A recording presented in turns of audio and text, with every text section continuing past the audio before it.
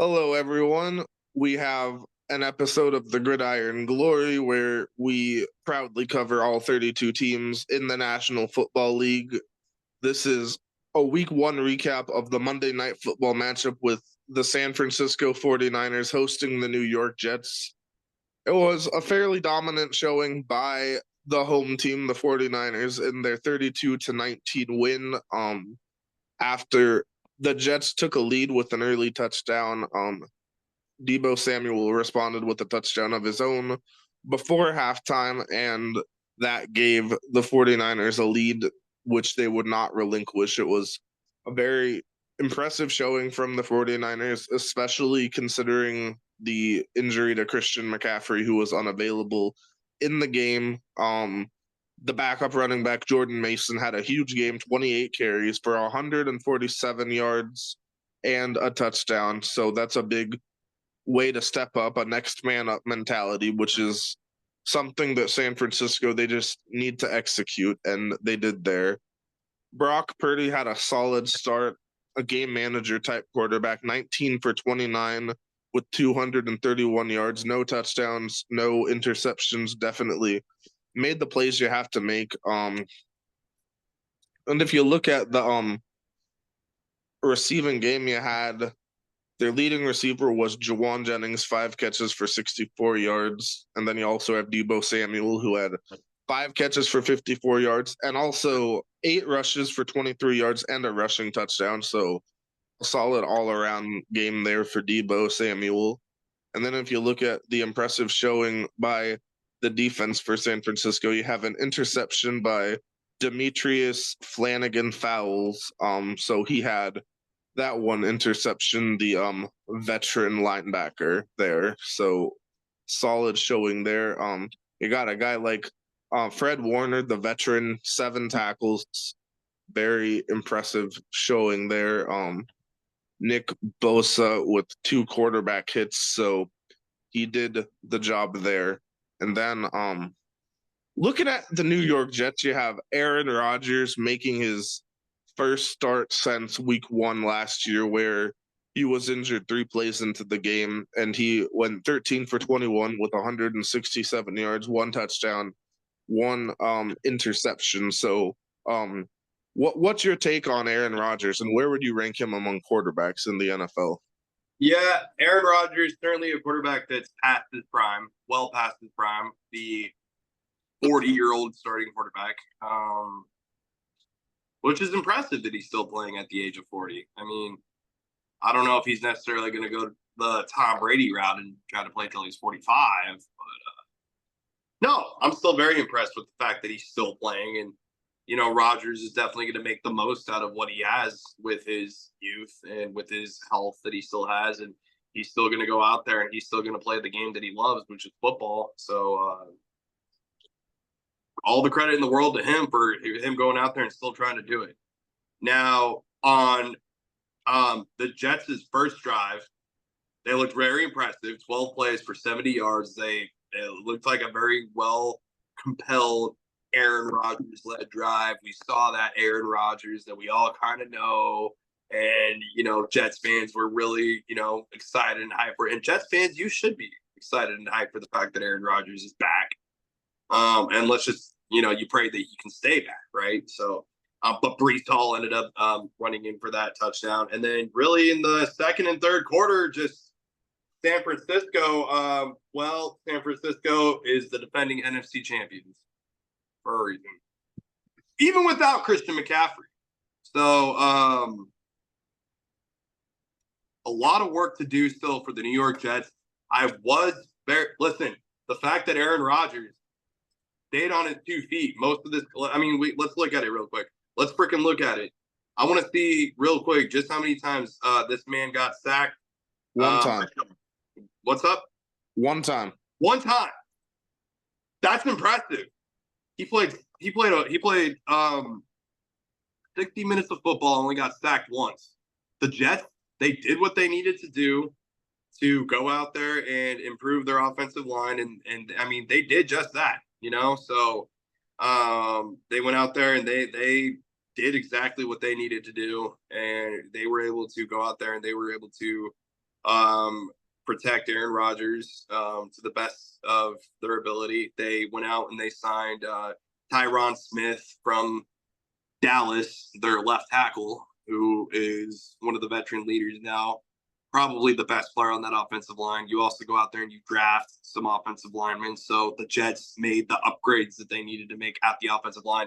If you were following us last year when we used the Block Talk platform and you followed us on our social medias, then you knew that Tad and I harped pretty hard on the Jets offensive line last season, but it seems that they definitely came out here and they made their improvements that they needed to make. So I don't expect the Jets to sit here and be a simply dominant team by any means either. But hey, keep Aaron Rodgers on his 2 feet. That alone, the fact that Aaron Rodgers is still healthy is a win. Okay, that's a win.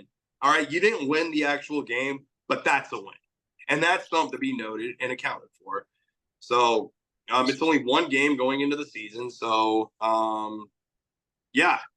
I mean, also guys like Garrett Wilson, Mike Williams, Alan Lazard. So you got those kind of guys around you that can, might be able to go out here and make some plays for you, perhaps. I mean, it's going to be a very tough AFC East and a tough AFC East that Buffalo and Miami are in.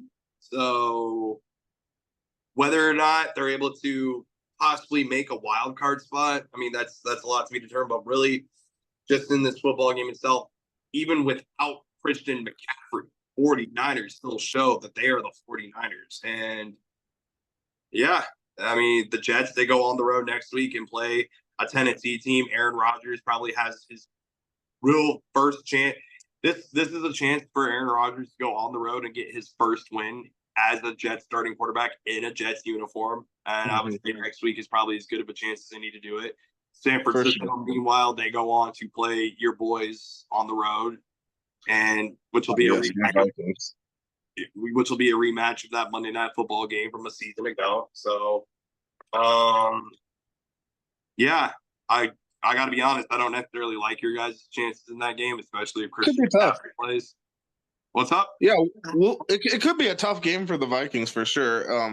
And I mean, obviously, you gotta hope Christian McCaffrey can be out there. He's questionable, for the game, so we'll hope to see him out there for sure in his season debut. Quick, I wanted to go ahead and get your take on Breece Hall as the running back, and where would you rank Breece Hall amongst running backs in the NFL? And I really just want you to talk about all the greatness of who Breece Hall is, like where he went to college and everything like that.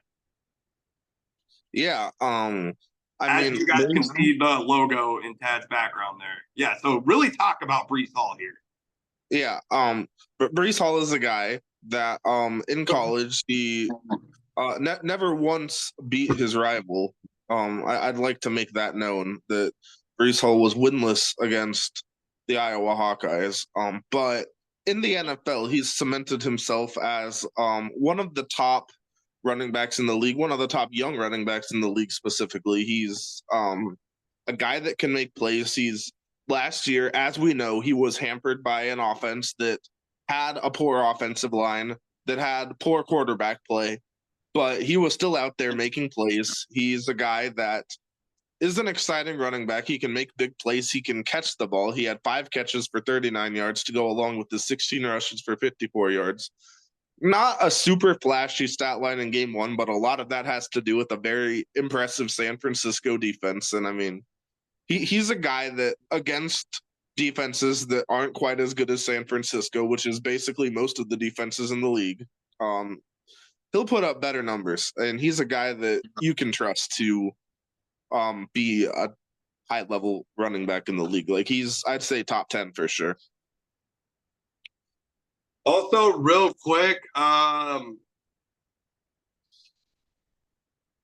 yeah. Do you believe the Jets are a playoff team as constructed?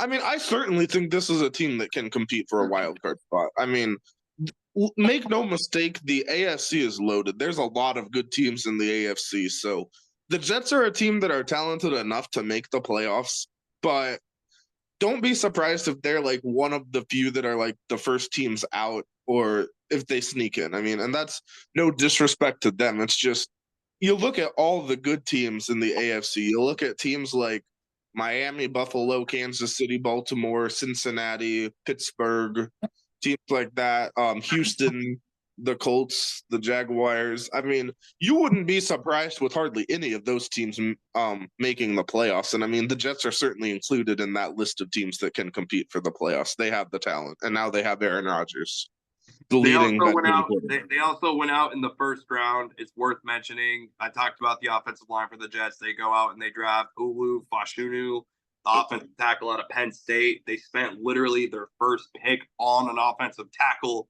They really, I mean, they did their homework in the offseason by upgrading the offensive line. That's what you needed to do.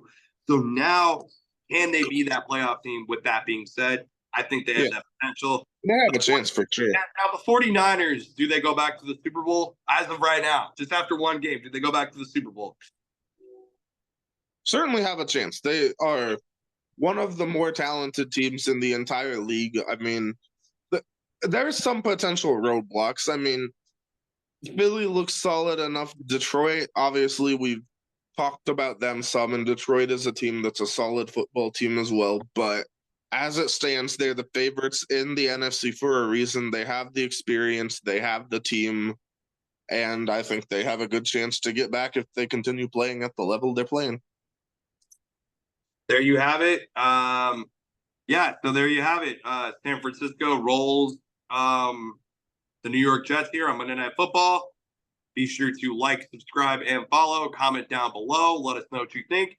Thank you so much for joining us on another great episode of the Gridiron Glory, where we cover all 32 teams. And be sure to tune back in next week, where we'll start previewing the Week 2 matchups. Be sure to stay tuned with us all season long for in-depth analysis of the NFL. You're not going to hear the NFL from any other kind of perspective like you're going to get from Tad and I here. So be sure to tune in if you really want to just like be all into the NFL like how we are and know the ins and the outs of the NFL. Be sure to like, subscribe, and follow. Thank you for listening and watching the Gridiron Glory.